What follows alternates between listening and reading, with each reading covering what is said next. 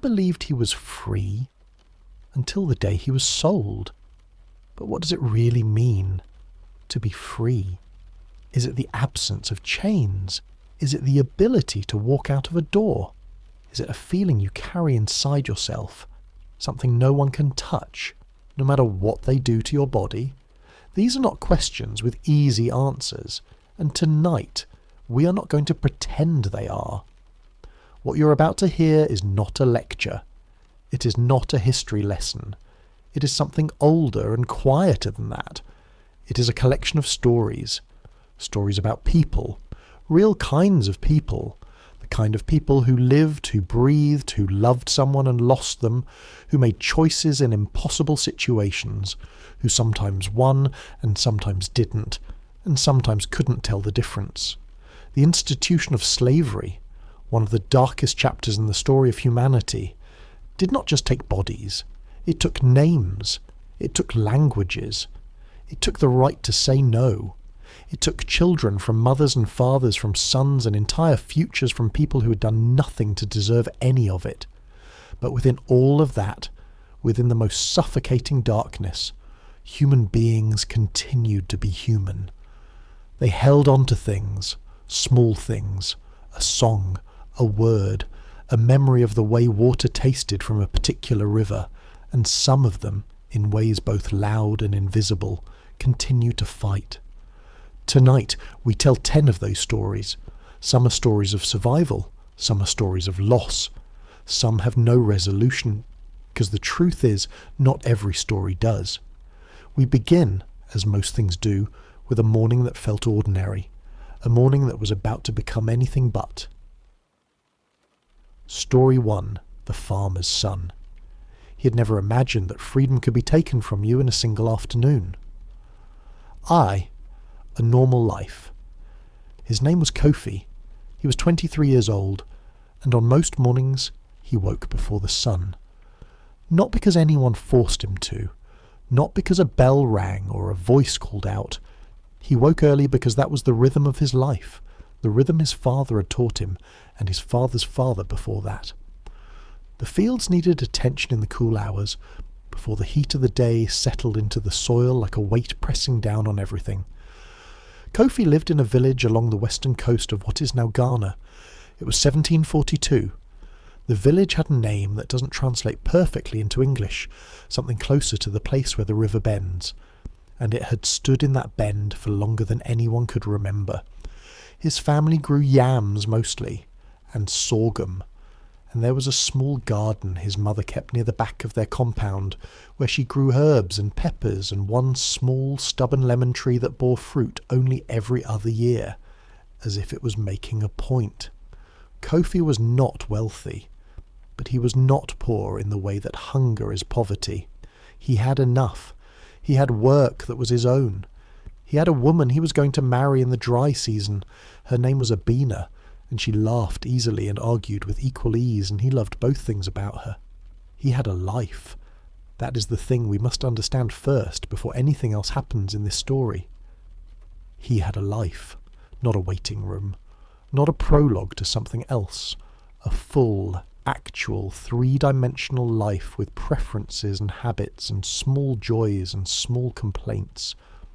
He disliked the sound of certain insects at night. He liked the smell of rain on dry earth. He could tell the difference between clouds that would bring rain and clouds that were only pretending. He was a person. This seems obvious to say, but it is the most important thing in this story, and in every story that follows. 2. The inciting incident. The raid came in the early afternoon, not at night as people sometimes imagine, not in the dramatic darkness of midnight. It came when the sun was high and the shadows were short and most of the village was going about the ordinary business of an ordinary day. Kofi was mending a fence on the eastern edge of his family's land when he heard the first shout. He didn't understand it at first. He stood up and looked toward the village, and for a moment his mind refused to make sense of what his eyes were seeing.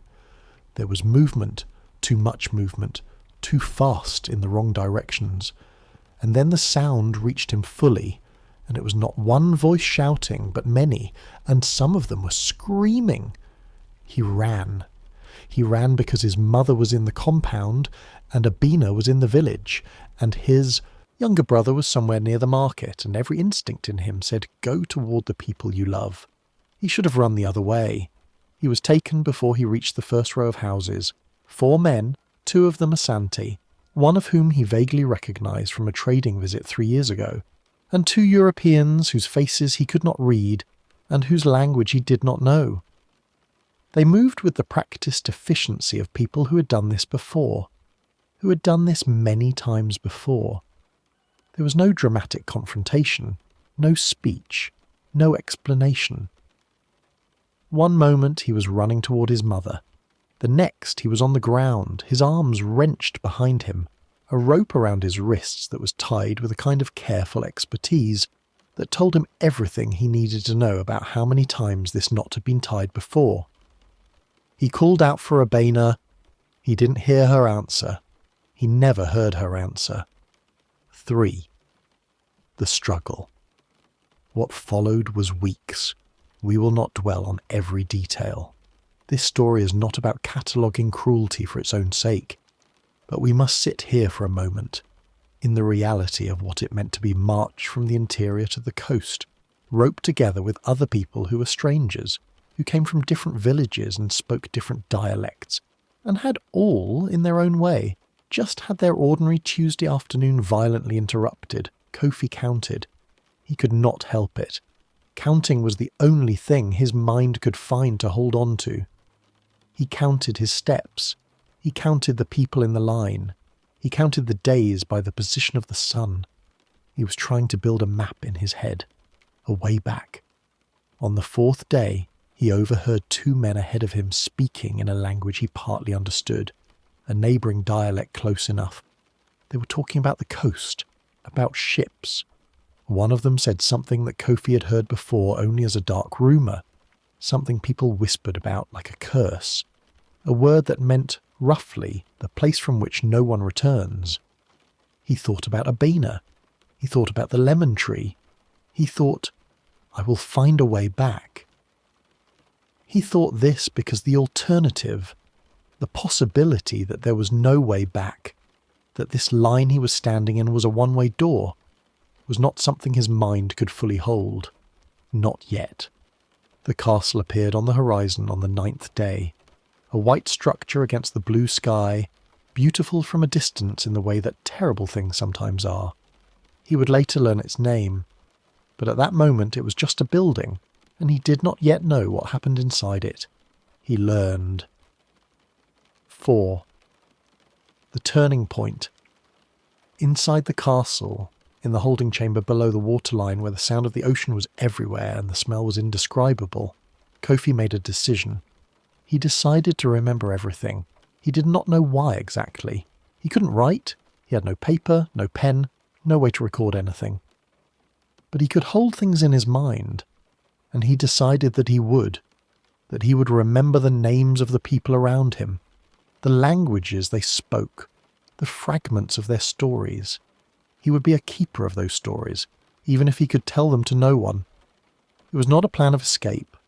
It was not a plan at all, really. It was the only form of resistance available to him at that moment. A small, silent refusal to let this place take everything. He did not know if it would matter. He did not know if he would survive the crossing. He did not know what waited on the other side, but he knew his own name. He knew Abina's laugh. He knew the way rain smelled on dry earth. He held on to those things the way you hold onto a rope in dark water. V. The open ending. There is a document, a ship's manifest from 1742, held in an archive in Lisbon, that lists among its human cargo a man described only as African male, approximately 20 years, strong build, no distinguishing marks. We do not know if this was Kofi. We do not know what happened to him after the crossing, whether he survived it, whether he arrived, whether he found some way in the decades that followed to hold on to the things he had decided to remember. We do not know if the story he was keeping inside himself was ever told to anyone. But here is the thing about a story kept inside a person. Sometimes it travels forward. Sometimes a child inherits a fragment of it without knowing where it came from. A way of waking early. A preference for the smell of rain. Stubbornness that doesn't quite make sense given their circumstances. Sometimes a story survives the person who was carrying it. Whether that counts as freedom, whether it counts as anything at all, we leave that to you. Story 2. The Price of Loyalty. She had kept their secrets for 15 years. She didn't realise that didn't matter. Just in normal life. Her name, at birth, was Delia. By the time this story takes place, 1831, in Virginia, she'd been called by that name for 31 years, and it was one of the few things that had remained constant in a life that had known very little constancy. She worked in the house, not the fields. This is important to the story. Not because working in the house was better, exactly, but because it was different, and the differences shaped everything about how Delia understood herself and her situation. She had been in the household of the Morrow family since she was 7 years old. She knew where the good silver was kept. She knew which floorboards creaked and which drawer stuck in the humidity of August. She knew that Mr. Morrow took his coffee with no sugar and that Mrs. Morrow took hers with too much. She knew the particular cry each of the Morrow children made when they were sick versus when they were simply tired, and she had held 3 of them through fevers that could have gone either way. She knew the family the way you know people you have lived alongside for a quarter century. She had also watched, from a careful distance, the particular way that Mrs. Morrow's cousin talked to her husband at family gatherings. She'd overheard conversations she was not meant to hear. She knew which debts were owed and to whom. She knew the family's tenderness and the family's shame. She kept all of this knowledge the way she kept the good silver, carefully and only for its rightful owners.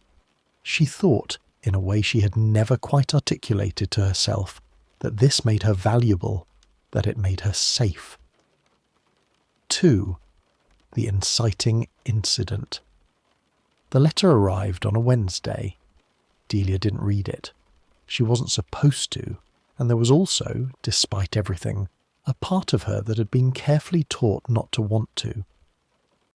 But she was in the hallway when Mr. Morrow opened it, and she watched his face change in a way she had never seen before. A kind of tightening, a calculation happening behind the eyes. He folded the letter very carefully and put it in his coat pocket. That evening he called for his wife. Delia was cleaning the upstairs hallway when she heard the conversation through the study door. She was not trying to listen, and then she was. The words debt and necessity and difficult decision drifted through the door in Mr. Morrow's careful voice, and then, after a pause, her own name. She stood very still in the hallway, Mrs. Morrow's voice higher and strained. But she's been with us for... Mr. Morrow's voice, tired and final. I know. 3. The struggle. She was sold on a Friday morning. The transaction happened quickly. These things always did, and she was given no time to take anything because she owned nothing to take. She was allowed to say goodbye to the Morrow children, who cried in the particular way of children who don't fully understand what is happening but understand that it is something. Mrs. Morrow stood in the doorway of the house. She did not come outside. She had been crying, Delia could tell from the redness around her eyes, and for a moment Delia felt something she could not quite name. Something that was not quite sympathy, but lived in the same neighbourhood. The man who had purchased her was from South Carolina. She did not know his name. She would learn it. In the wagon, moving away from the only place she'd known since childhood, Delia experienced something she had not expected. A strange, cold clarity. For 15 years she had told herself a story about her situation, a story in which loyalty was currency, in which being useful, being trusted, being known, in which all of that amounted to something, a kind of informal contract. The wagon moved down the road. The story she had told herself dissolved quietly, like sugar in water, leaving no trace. 4. The turning point. It happened 3 weeks later, in a kitchen that was not the kitchen she knew. She was working. She would always work. This was not in question. But something inside her had shifted, and the shift was quiet but complete, the way a door, closing quietly, is still closed. She began, for the first time in her adult life, to think about herself, not about how to be useful, not about how to be trusted, not about what she knew that might make her valuable. She thought, what do I want? The question surprised her with its size. She'd kept it at a distance for so long that she had almost forgotten it existed. What she wanted was not complicated. She wanted to be somewhere no one could sell her. She wanted to walk from one room to another without it being someone else's decision.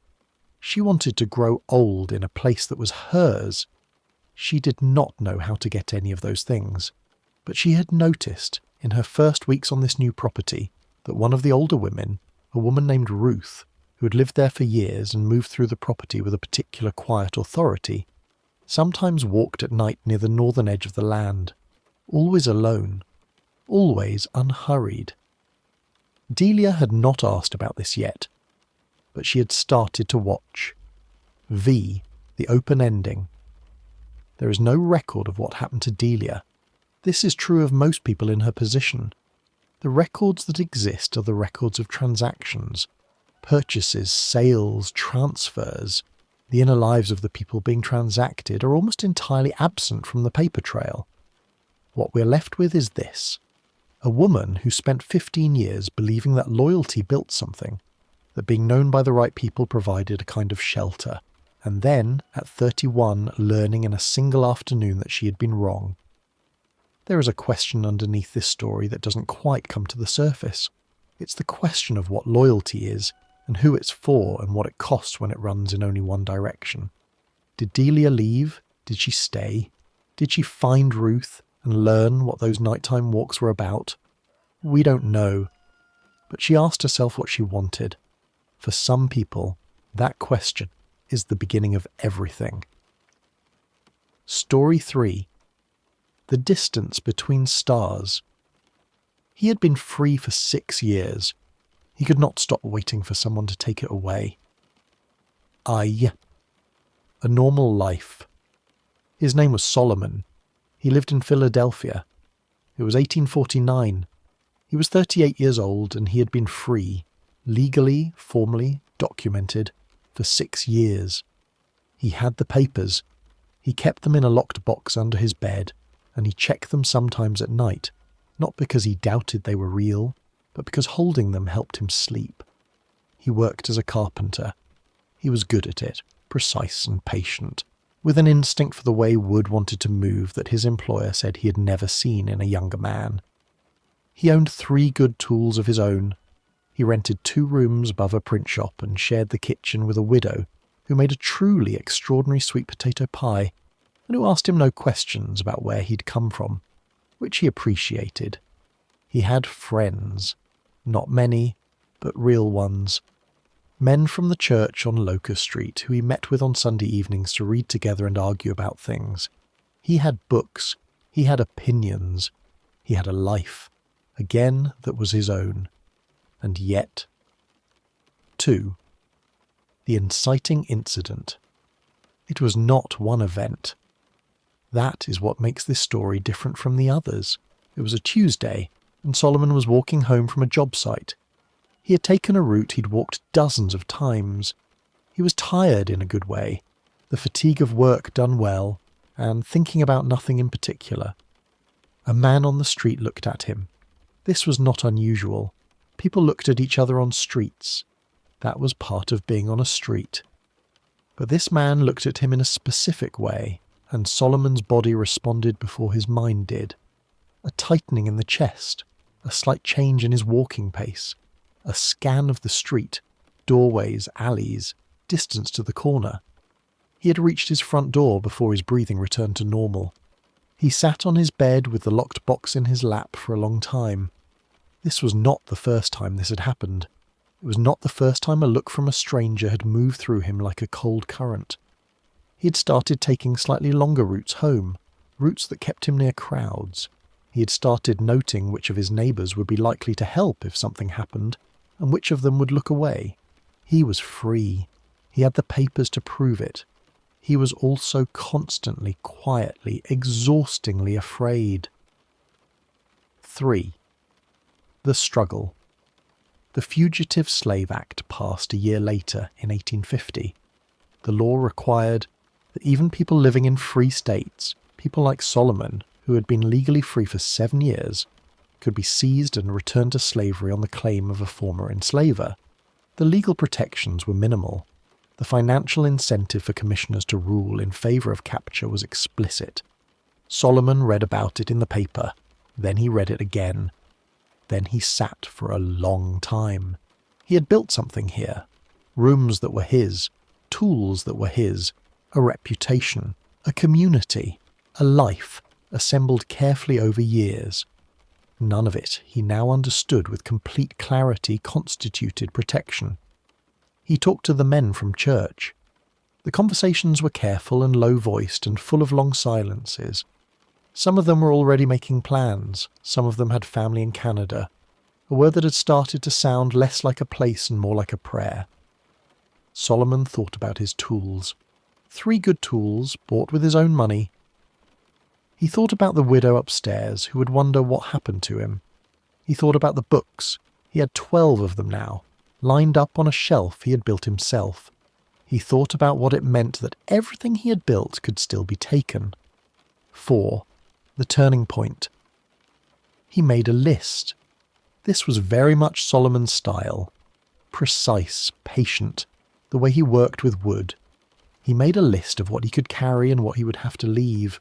He made a list of what he knew about the routes north. He contacted a man he trusted who knew things Solomon didn't. He also did something else. He sat down one evening and wrote a letter to the man who had once owned him. He did not send it. He was not sure why he wrote it. He wrote it because there were things inside him that needed to go somewhere, and he had no other container for them.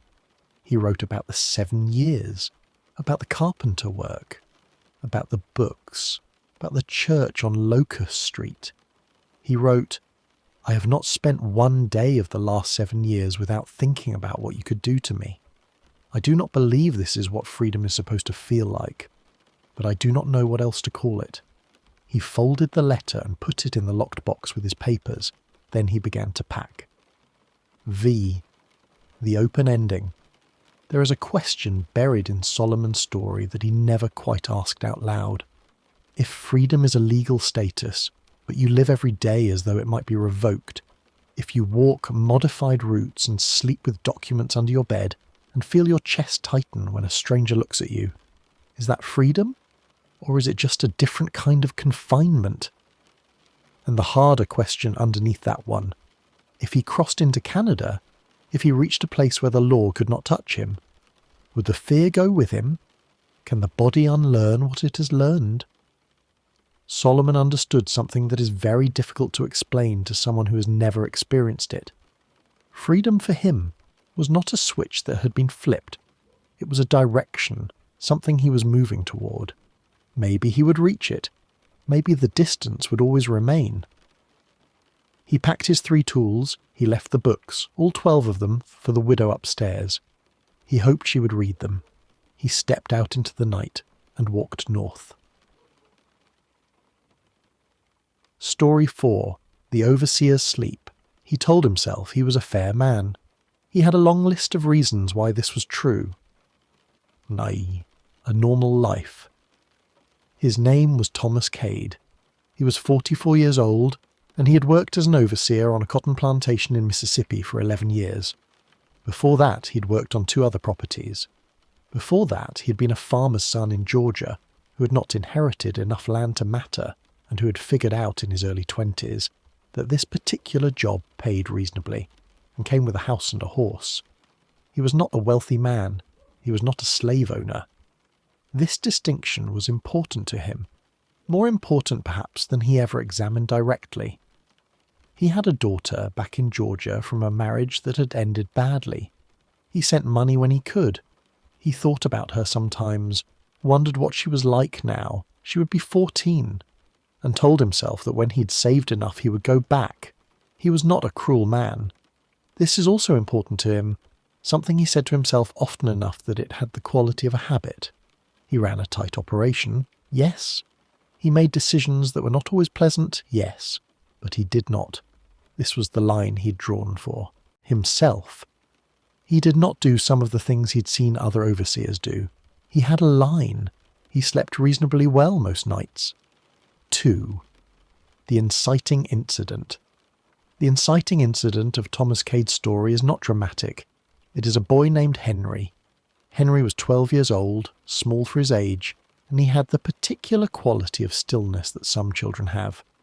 A watching quality. A taking in and saying nothing quality that Cade found, if he was honest, slightly unsettling. Henry had been assigned to light field work. He was slow, not from inability. Cade had watched him closely enough to know the difference. He was slow in the deliberate way of someone who had made a decision. Cade called him over one morning. Henry stood in front of him and looked at him with those still watching eyes. And Cade, who had been about to explain the consequence of slowness, found himself doing something he had not planned to do. He asked Henry a question. He said, "What are you thinking about when you work?" Henry was quiet for a long time. Then he said very simply, "I'm thinking that I won't do this forever." There was a silence between them. Cade sent him back to work, but the word stayed with him in a way he couldn't account for. 3. The struggle. That night, Thomas Cade sat on the porch of the small house he'd been given and tried to have a thought he'd been avoiding for 11 years. He had a lot of practice at not having this thought. He had built an entire architecture of other thoughts around it, the necessity of the economy, the order of things, the fact that he was not in charge and did not make the rules, the fact that he treated people fairly, the fact that he did not do the worst things, the fact that the plantation ran on decisions made far above him. He had these thoughts arranged like furniture, familiar and available, and whenever the avoided thought began to form, one of the furniture thoughts would appear and redirect him. Henry's face appeared in his mind. "I'm thinking that I won't do this forever." The avoided thought began to form. Cade reached for a furniture thought. But something had shifted. Some small thing, the way a single stone shifts in a wall, and the furniture didn't quite get there in time. The avoided thought was this: "What am I doing?" Not as a question exactly, more as an observation arriving very late. 4. The turning point. He did not do anything dramatic. This is important to say because the stories we tell about moral awakenings often involve dramatic action. The person who throws down their tools, who risks everything, who acts. Thomas Cade did not do any of those things. What he did was stop sleeping well. He lay awake at night, and the furniture thoughts came as they always had, but they were smaller now, slightly worn, and the gaps between them let in more than they used to. He started noticing things he had trained himself not to notice. The way certain people moved in the morning, with a kind of heaviness that was not physical fatigue. The way conversation stopped when he appeared. The way a child, any child, learns to make themselves smaller in the presence of someone with authority over them. He had been here for 11 years, and he was only now at 44 actually looking. He began to miss sleep badly. He wrote a letter to his daughter in Georgia. He didn't know what to say in it, so he wrote about practical things. He asked how tall she was. He did not quit. He did not change his circumstances. He told himself he would think about it more. He told himself he would figure out what the right thing was and then do it. The seasons changed. He was still there. V. The open ending. Thomas Cade's story is the most uncomfortable one in this collection. Not because he is a monster. He isn't, quite. But because he is recognizable. He is the person who knows, somewhere beneath the furniture of their daily justifications, that something is wrong. Who has drawn a line for themselves and uses that line to avoid asking whether the line is in the right place. who participates in a system while telling themselves they are not the system. There is a question at the centre of his story that is not about slavery exactly, or rather, it is, but it is also about something larger. It is the question of what we do with discomfort when the cost of acting on it is our own comfort. Henry, the 12-year-old boy, had said, "I'm thinking that I won't do this forever." Thomas Cade had no such thought available to him. His captivity was voluntary, and perhaps that made it more confusing, not less. He stayed on that porch for years. Whether he ever got up from it, whether the stone that had shifted in the wall shifted far enough, that is a question his story does not answer. Some stories don't. Story 5. The lesson. She had learned to read in secret. The question was, what to do with what she now knew. A normal life. Her name was Grace. She was 19, and she lived in South Carolina in 1854, on a rice plantation near the coast where the air was always thick and humid and smelled of salt and green growing things. She had a mother who sang while she worked. Old songs, fragments of songs, some in a language Grace had only heard in the singing and never explained directly, as if the language itself was something that needed to be protected. Grace was quick. This was not a secret. It was visible enough that it had been noted by the plantation's mistress, Mrs. Hartwell, who had arranged for Grace to help in the house because she learned the household tasks faster than most. What Mrs. Hartwell had not arranged for, what she did not know, was that in the house there were books, and that Grace, over the course of 3 slow years, had taught herself to read. It had started with letters, a primer left on a table, the ABCs that a young Hartwell child had abandoned mid-lesson. Grace had looked at the page for a long time, memorised it, and put it back. Then words, then sentences. Then, eventually, a whole newspaper left in the sitting room that she'd read in its entirety while ostensibly polishing the furniture. By 1854, Grace could read everything she could get her hands on, and the thing she had read had done something to her understanding of a situation that could not be undone. 2. The inciting incident. A pamphlet. It arrived at the house as part of a parcel of correspondence, mislabelled and therefore unsorted by the time it reached the table where Grace was working alone. She unfolded it without thinking. It was an abolitionist pamphlet, printed in the North, the kind of thing that was deeply illegal in South Carolina, the kind of thing that people were hurt for possessing. It was 12 pages long and written in a direct, clear style. She read all 12 pages. Then she stood very still for a moment, the pamphlet in her hands, and thought about what to do with it. She put it in the pocket of her apron. Then she continued polishing the furniture. That night in the small shared room where she slept, she read it again. And then she made a decision that she knew, with complete clarity, was dangerous. She was going to share it. 3. The struggle. The plantation had a community. Not official, not acknowledged, but real. People gathered in certain places at certain times under cover of ordinary activity, and information moved through those gatherings the way water finds its level. Grace was careful. She was very, very careful. She did not show the pamphlet to everyone. She showed it to 3 people she trusted absolutely. One was her mother. One was an older man named Jeremiah, who had a kind of quiet authority in the community, and whose judgment she respected. The third was a young woman named Phoebe, who had grown up 2 properties over, and who had a brother somewhere in the north, in a city, and who had sometimes carefully exchanged information about what that meant and how he had gotten there. Her mother listened to her read the pamphlet and was quiet for a long time after. Then she said, "You have to be careful with fire, even when you're cold." Jeremiah said, "What do you want to do with it?" Phoebe said, "My brother wrote about a man in the north, a conductor on something they called a railroad."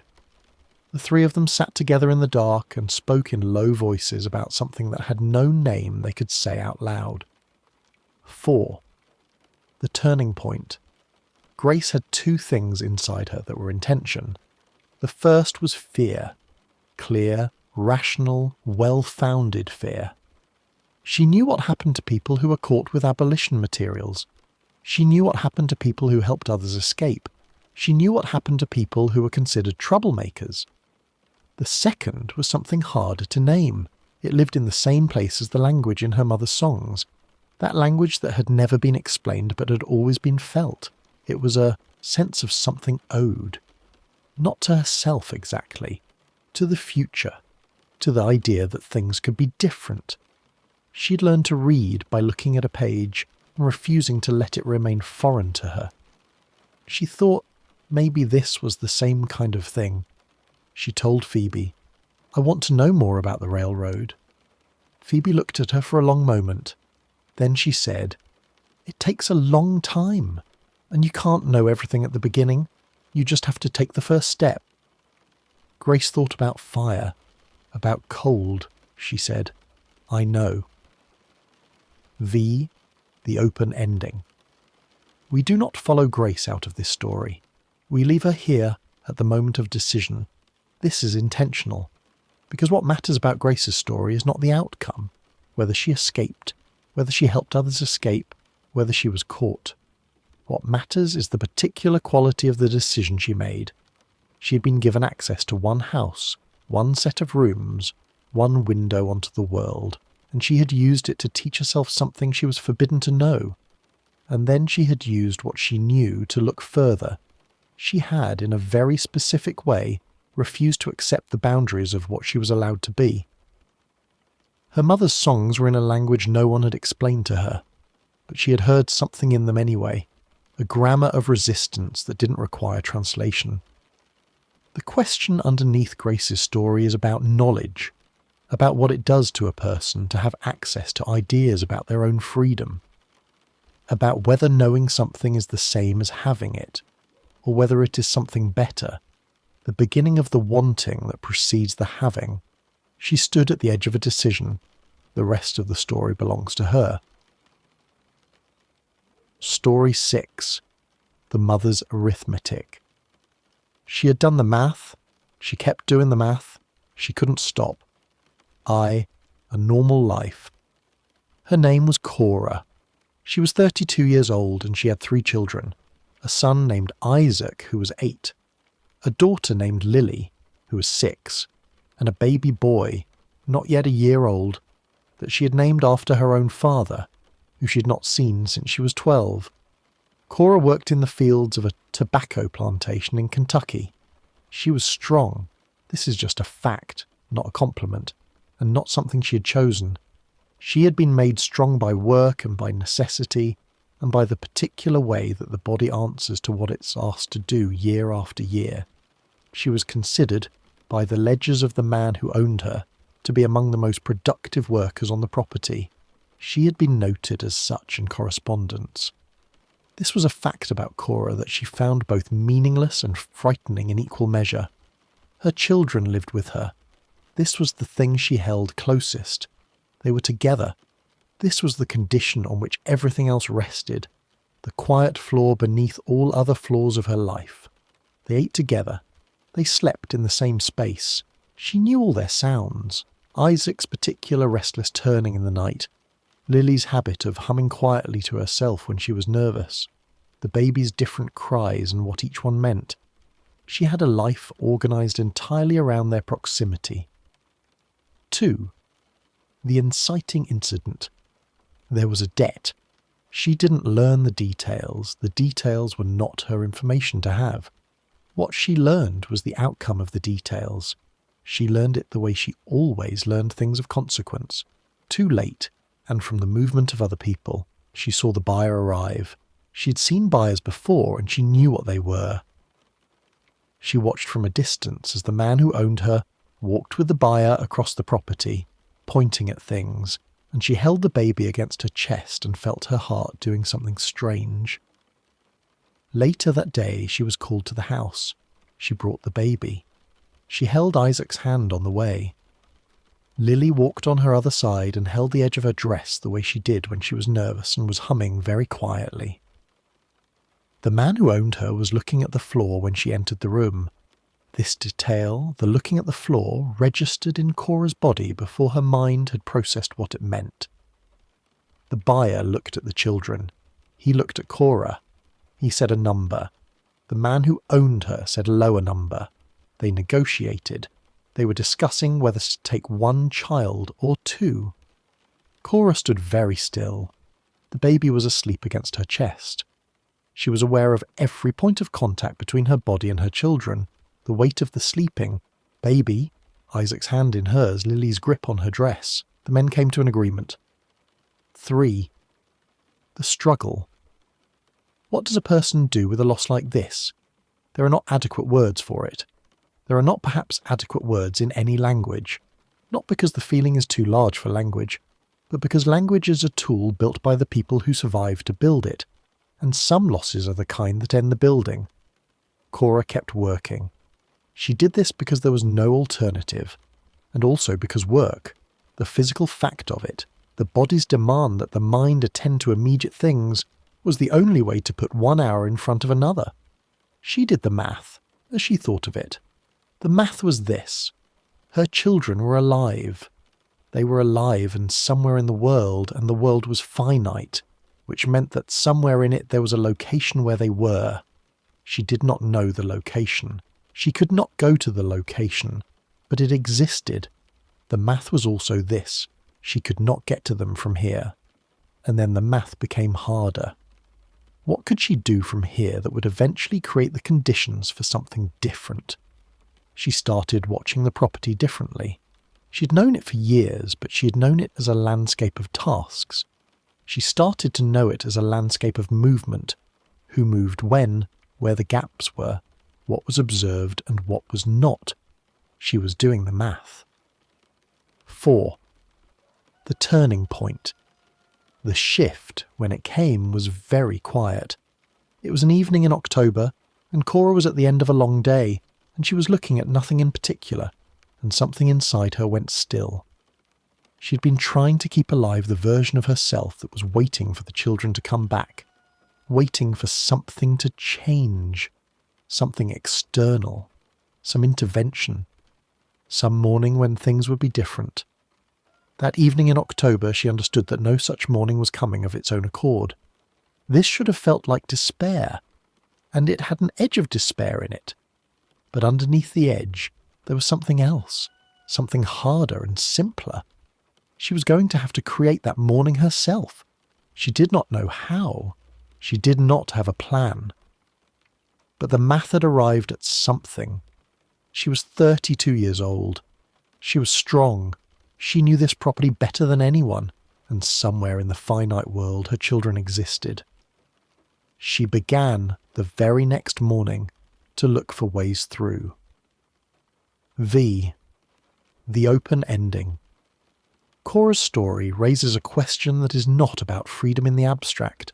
It is about what a person can survive and still remain themselves. She did not become a different person that October evening. She remained Cora, the woman who had held 3 children while they slept, who knew each of their sounds, who organised her whole life around their proximity. But she had accepted something that the human mind resists accepting with almost everything it has, that love is not by itself protection. She had loved her children with everything in her. They had been taken anyway, and so the question that lives in Cora's story is this. What do you do when love is not enough? When loyalty is not enough? When being good, being useful, being valuable, when none of it constitutes armour? Do you give up on the things that make you vulnerable, or do you find a way to become something that can carry all that vulnerability safely? Cora began to look for ways through. We hope she found one. We don't know if she did. Story 7. The Long Way Around. He almost made it. He would spend the rest of his life trying to understand what almost meant. A normal life. His name was Eli. He was 26, and in the spring of 1849 he was living in Georgia, and he had decided to leave. Not in a sudden, dramatic way. He had been deciding for 2 years. He decided slowly and carefully and with a thoroughness that was characteristic of him. He'd gathered information. He had memorized routes. He had cultivated relationships with people who knew things. He had spent the last 8 months building a very precise picture in his mind of the route north. The roads, the rivers, the towns to avoid, the places where there might be help. He was good at this kind of thing. He had a memory that held maps well. He had an instinct for people, for reading who was trustworthy and who was performing trustworthiness, that had served him well in a life where the cost of misreading a person was very high. He had also, over the 2 years of preparation, managed something that seemed impossible and he had saved a small amount of money. Not much. Enough, he hoped, to matter at 1 or 2 key moments. He thought about the journey the way a carpenter thinks about a difficult piece of wood. He knew where the challenges were. He had a plan for each one. He was ready. 2. The inciting incident. He left on a night in March when a spring storm made the roads unusable for pursuit. He had chosen the date deliberately. He had watched the weather for weeks. He understood that a storm was a two-sided thing. It slowed him too, but it slowed the people who would come after him more, because they had horses and he had learned to move through mud in ways that a horse couldn't. The first 2 days were almost exactly as he had planned them. He moved at night and rested in daylight in the specific locations he had memorized. A hollow in a particular hillside, a dense stand of pines he had visited once and catalogued. He was cold and wet and he ate almost nothing, and none of this was worse than he had prepared for. On the 3rd day, something went wrong. It was a small thing, a man on a road who noticed him and looked a moment too long. Eli was 20 feet past before he understood that the look had been recognition, not of Eli himself, but of the category Eli represented, a man moving on foot, alone, at the wrong hour. He changed his route. He changed it correctly, toward a different road, away from the town ahead, adding perhaps 15 miles to his journey. But the 15 miles led him through territory he hadn't mapped. 3. The struggle. 3 days later, he was lost. Not catastrophically lost. He knew the general direction. He knew the position of the North Star and he used it. But he had lost the detailed knowledge he'd depended on, the specific hollows, the specific roads, the specific names that belonged to people who might help. And he was operating on general principles in territory that required specifics. He also had not eaten in 2 days. He found a farmhouse on the 5th night. He watched it from a distance for 3 hours before approaching. He watched for the particular signs that people in his situation looked for. A lamp in a certain window, a pattern of behaviour at certain hours, the presence of certain kinds of visitors. He saw nothing definitive. He went to the door anyway, because the alternative was to keep going without food, and he had done the math and understood that this would end the journey more certainly than a door. The man who opened the door was not a threat, but he was not help either. He was a man who simply wanted no part of anything, who gave Eli food silently and would not meet his eyes, and gestured him firmly away before dawn. The food was enough to keep going. 4. The turning point. On the 9th day he was caught. He was 3 miles from the Ohio River. He could, he later thought, have almost seen it from higher ground. If the morning had been clear, if he had been able to go a 1/4 mile further before dawn, there were a lot of ifs. He was taken by 3 men on horseback who had been given a description. Someone had talked somewhere, he never found out who, and who moved with that particular efficiency again. The efficiency of people who did this regularly. He did not fight. He had thought about this possibility and had decided that fighting in that moment, without favourable conditions, would only reduce his chances of future opportunities. He was not giving up. He was thinking forward. This distinction between surrender and strategy was the thing he held on to in the weeks that followed. The punishment for what he had done was severe. He bore it. Not because he had accepted his situation, but because he was waiting. He thought, I know the route now. I know where I went wrong. He thought, the next time I don't make those mistakes. V. The open ending. Eli's story raises a question about hope. Not optimistic hope. Not the hope that things will work out because they generally do or because we deserve it. The other kind. The stubborn, unreasonable, survival grade kind of hope that a person generates not because the evidence supports it, but because the alternative is worse. He was 3 miles from the Ohio River. The question his story asks is, what do you do with that fact? Do you carry it as grief, as proof that it was possible, as fuel? He had planned with extraordinary care and been undone by a single unlucky glance and 15 additional miles of unmapped territory. He lay in the months that followed and replayed every decision, found each one where he had gone wrong and fixed it in his mind. He was building a new map. Was this freedom? Being a man in chains in his mind, walking a road he had already walked, correcting the mistakes for the next time? Or was it the closest thing to freedom available to him? Maybe those are the same question. He waited. He thought. He planned. The Ohio River was still there. Story 8. The owner's daughter. She had grown up believing that the world was as she'd been shown it. Then she began to look at the parts she hadn't been shown. A normal life. Her name was Charlotte. She was 17, and she lived in a large house in Louisiana, and she had never, in her entire life, thought particularly hard about any of the things we've been discussing tonight. This was not stupidity. It was not cruelty. It was something arguably more complicated. It was the particular blindness that comes from growing up inside a system and being placed by that system on its comfortable side. Charlotte had grown up with people around her whose entire existence was organised around her family's comfort. She had been cared for and dressed and fed and read to and put to bed by people who were not free to do otherwise. She'd absorbed this fact the way you absorb the furniture in a room, as background, as context, as simply the way things are. She was not unhappy. She had friends, cousins who visited in the summer, a horse she loved, a governess who taught her French and piano, and the correct way to address certain types of correspondence. She had strong opinions about books and weak opinions about mathematics. She wanted, in a vague and future tense way, to travel to Paris. She was, in other words, a normal 17-year-old girl of her class and her time.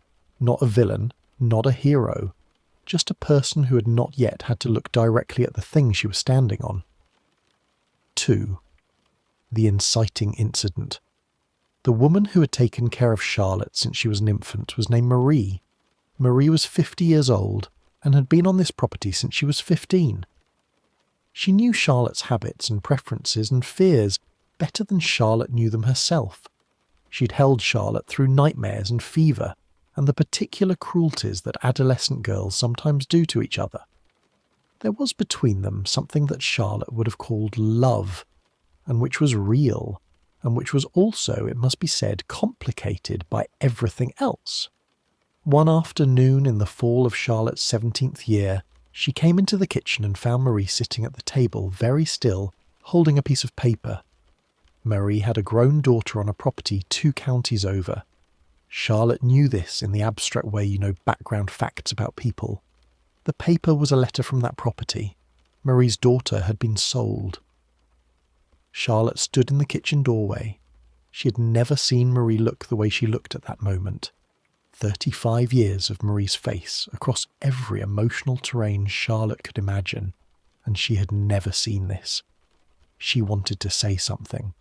She found that she had nothing adequate. She stood in the doorway, and for the first time in her 17 years, the room she was standing in felt different from every previous time she had stood in it. 3. The struggle. What Charlotte was experiencing is difficult to name without it sounding smaller than it was. She was experiencing the first genuine collision between the world as she had been told it was, and the world as it actually functioned. She was not a stupid girl.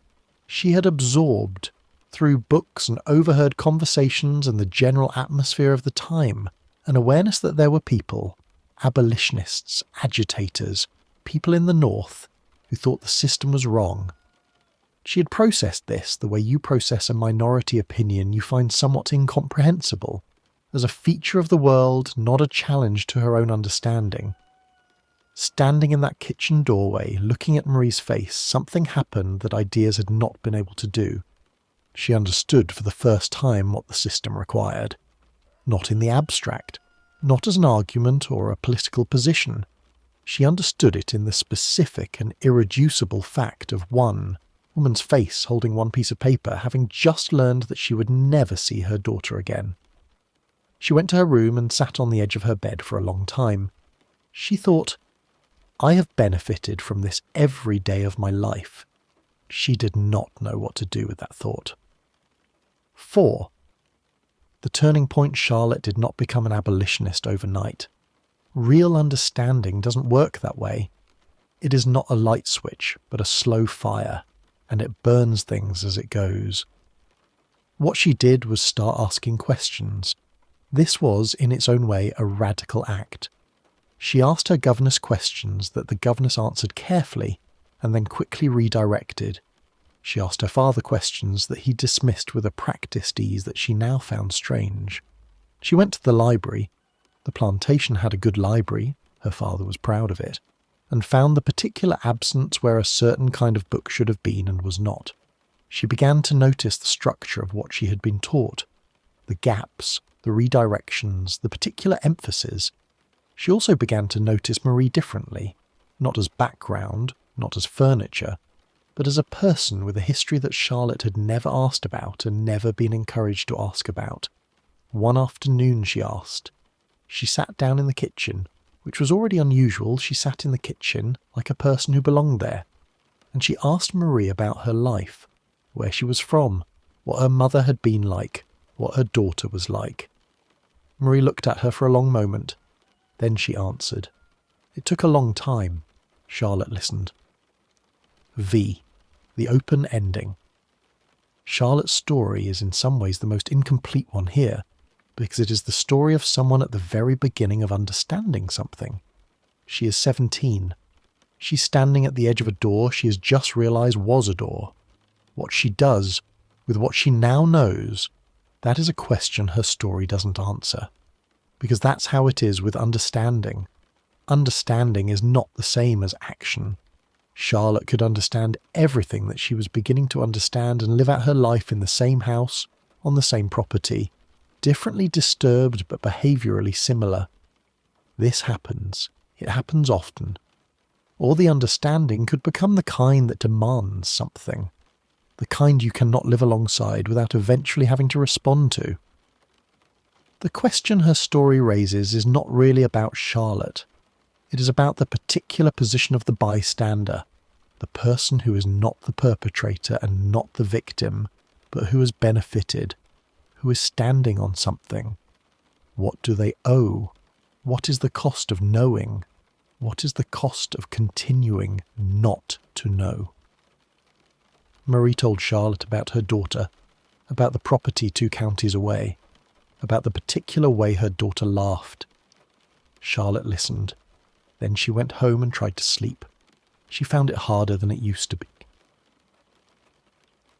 Story 9. The Quiet Rebellion. He never ran. He never fought. He did something they found, in the end, even harder to stop.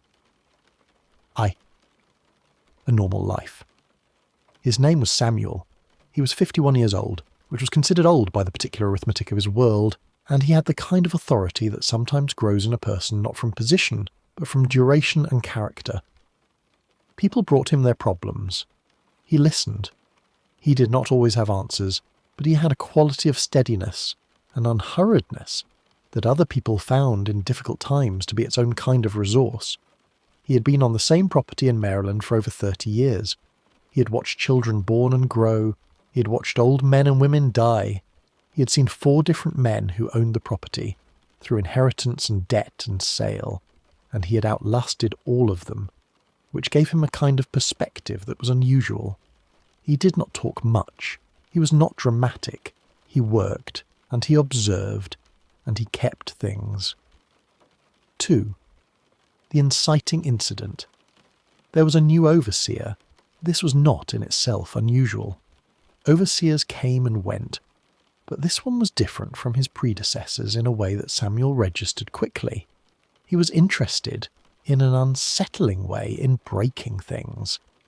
Not just the practical discipline of running a property, something beyond that. Something about the reduction of people. He had a particular focus on Samuel. Samuel understood why. He understood it the way you understand a dog that has identified you as the pack's dominant. The interest was a kind of assessment, and it was not friendly. The new overseer began in the first weeks to find specific occasions to publicly correct Samuel. Small things mostly, details.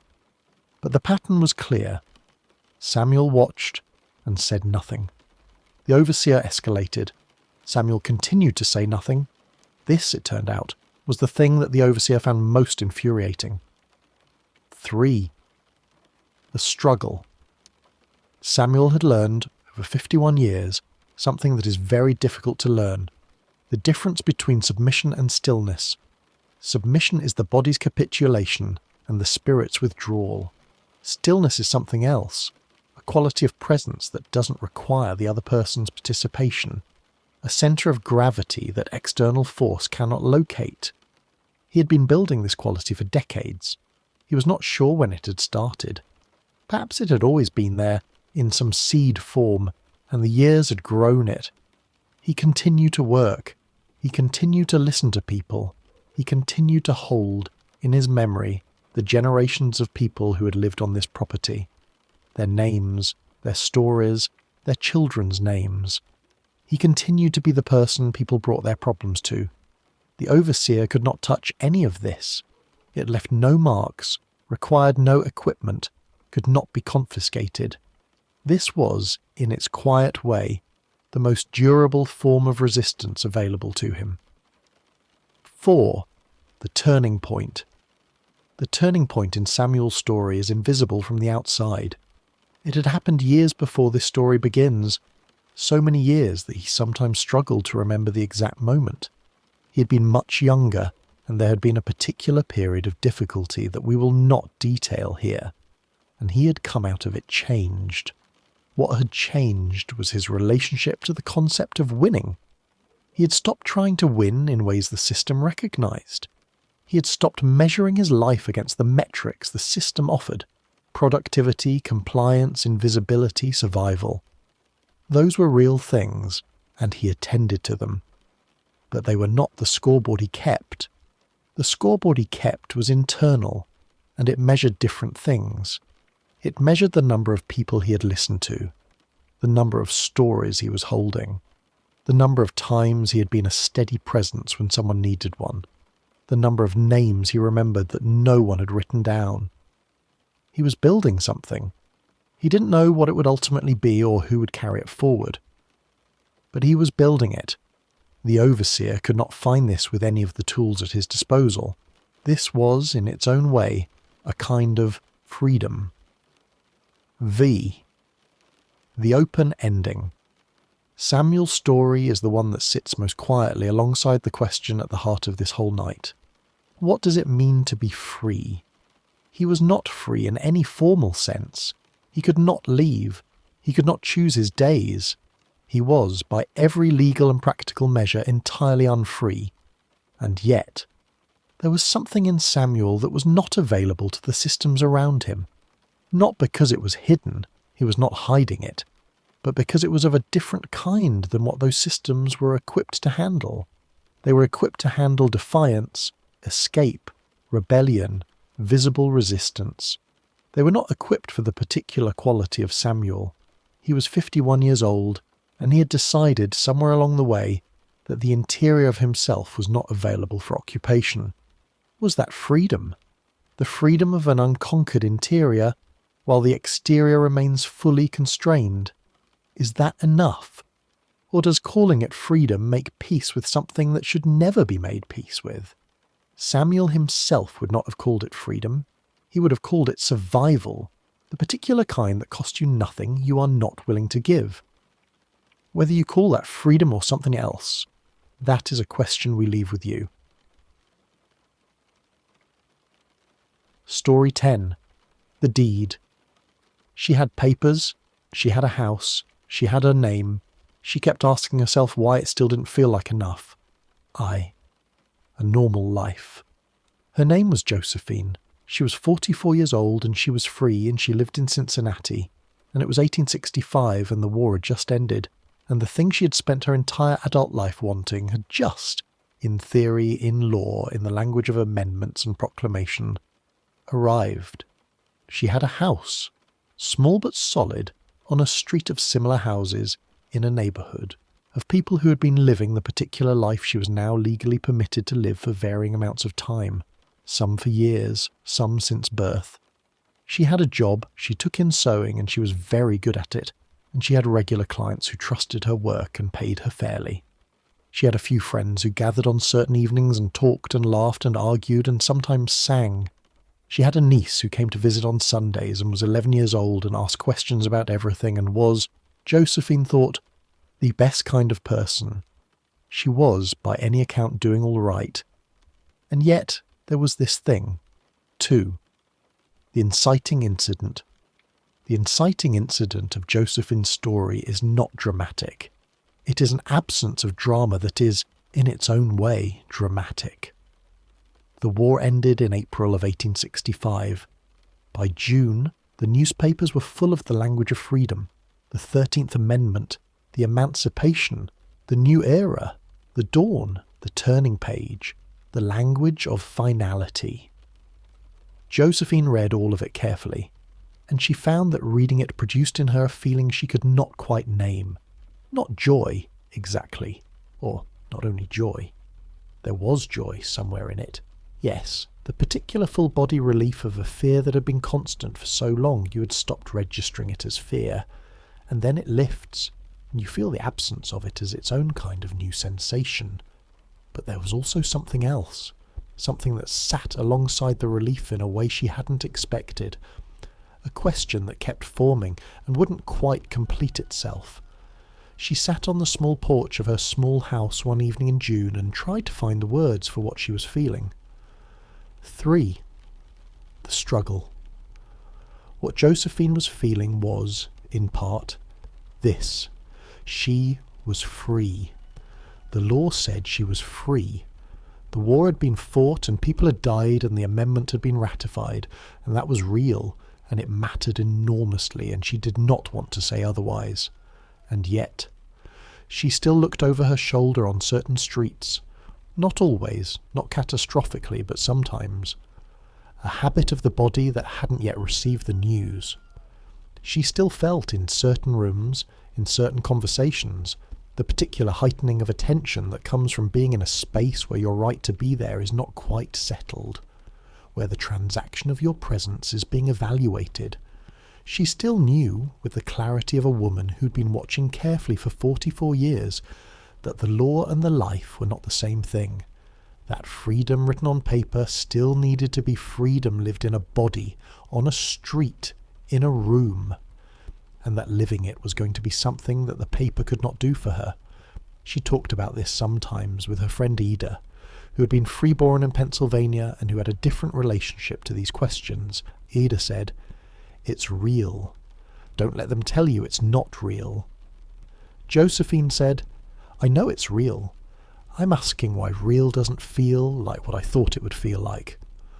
4. The turning point. The turning point was her niece.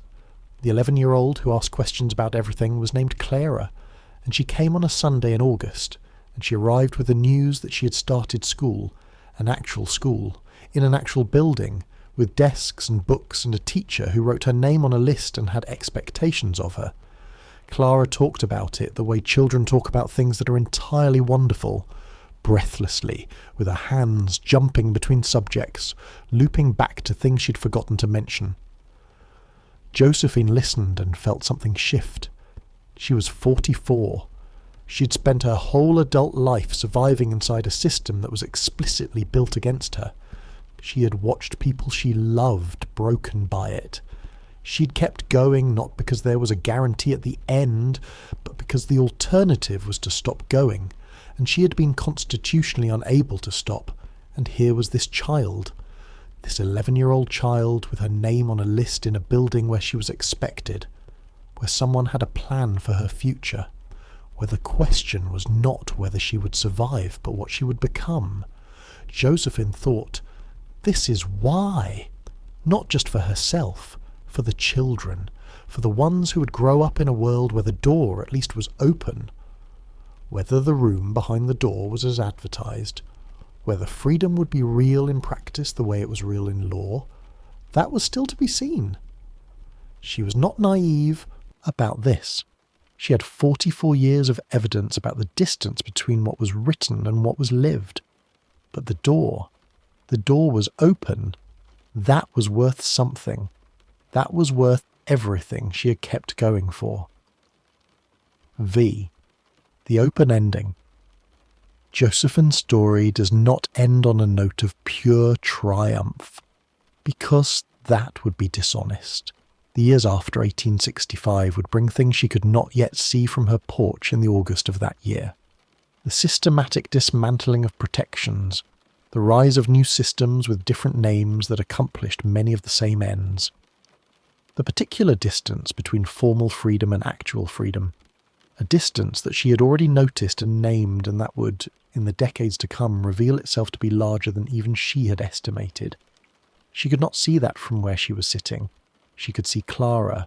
She could see her niece with her name on a list and her expectations and her future that was at last, not already decided. She could see that the world had moved. Not far enough, not nearly far enough, but it had moved. She sat on her porch as the evening came in, and she thought about all of this, and she let herself, just for this evening, feel the full weight of both things at once, the incompleteness and the progress, the distance still to go and the distance already travelled. She thought, it is not finished.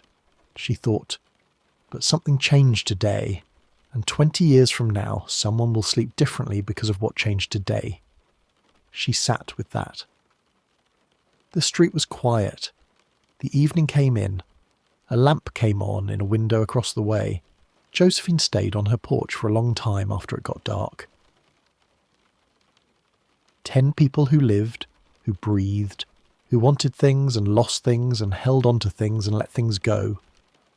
Each of them asked, in their own way, the same question, sometimes with words, sometimes with their feet moving north, sometimes with a decision made alone in a dark room, sometimes just with the act of continuing, the simple, exhausting, unglamorous act of continuing. What does it mean to be free? We have not answered this tonight. We have done something else.